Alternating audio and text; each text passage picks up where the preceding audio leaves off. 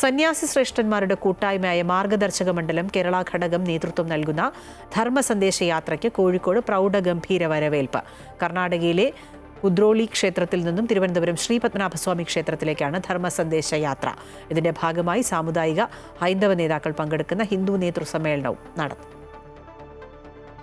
കാസർഗോഡ്, കണ്ണൂർ, വയനാട് ജില്ലകളിലെ പര്യടനം പൂർത്തിയാക്കിയാണ് ധർമ്മസന്ദേശയാത്ര കോഴിക്കോട് എത്തിച്ചേർന്നത്.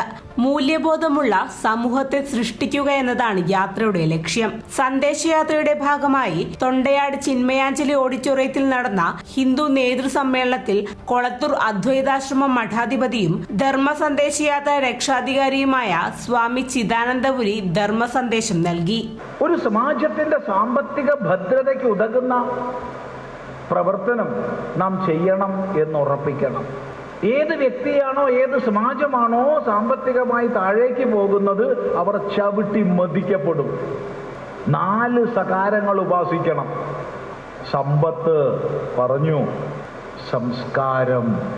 നമ്മെ നാമാക്കിയത് നമ്മുടെ സംസ്കാരമാണ്. ഈ സംസ്കാരം, ഈ സനാതന സംസ്കാരം നിലനിന്നാൽ മാത്രമേ ഭാരതം നിലനിൽക്കൂ, ലോകത്തിന് ശാന്തി ഉണ്ടാവും. ധർമ്മത്തിന്റെ പ്രാധാന്യവും നമ്മൾ ചെയ്യേണ്ട കർത്തവ്യങ്ങളും മനസ്സിലാക്കാൻ കൂടി വേണ്ടിയാണ് ഹിന്ദു നേതൃസമ്മേളനമെന്ന് മാതാമൃതാനന്ദമയി മഠം കോഴിക്കോട് മഠാധിപതിയും ധർമ്മസന്ദേശയാത്ര ജനറൽ കൺവീനറുമായ സ്വാമി വിവേകാമൃതാനന്ദപുരി അധ്യക്ഷ പ്രസംഗത്തിൽ പറഞ്ഞു. നമ്മൾ ഹിന്ദു സമാജം ഉണരുക തന്നെ വേണം. ഉണർന്ന് പ്രവർത്തിക്കേണ്ട സമയം അതിക്രമിച്ചിരിക്കുകയാണ്.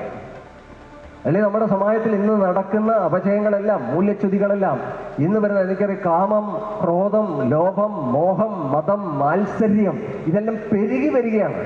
എന്തുകൊണ്ടാണ്? ധർമ്മം നഷ്ടപ്പെട്ട് തുടങ്ങിയിരിക്കുന്ന സമയമായതുകൊണ്ടാണ്.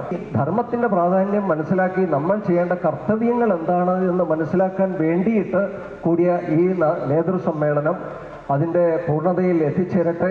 ഹിന്ദു നേതൃസമ്മേളനത്തിന് ശേഷം വിശ്വാസികളുടെ ചോദ്യങ്ങൾക്ക് സ്വാമി ചിദാനന്ദപുരി മറുപടി നൽകി. ക്ഷേത്ര പ്രവർത്തക സമിതി അംഗങ്ങളുടെയും ക്ഷേത്ര സമിതിയുടെയും കൂടുതലായിട്ട് എന്തെല്ലാം ചെയ്യണമെന്ന് സ്വാമിയുടെ ഉപദേശത്തിന് കേൾക്കും. ക്ഷേത്ര കോർഡിനേഷൻ ആയാലും അല്ലാതെയും ആധ്യാത്മിക പാഠങ്ങൾ, വേദപഠനങ്ങൾ, ധർമ്മപാഠങ്ങൾ ക്ഷേത്രങ്ങളിൽ സംഘടിപ്പിക്കുക. വാഴൂർ ആശ്രമ മഠാധിപതി സ്വാമി പ്രജ്ഞാനന്ദ തീർത്ഥപാദർ അനുഗ്രഹ പ്രഭാഷണവും മാർഗദർശക മണ്ഡലം ജനറൽ സെക്രട്ടറി സ്വാമി സത്സ്വരൂപാനന്ദ സരസ്വതി ആമുഖ ഭാഷണവും നടത്തി.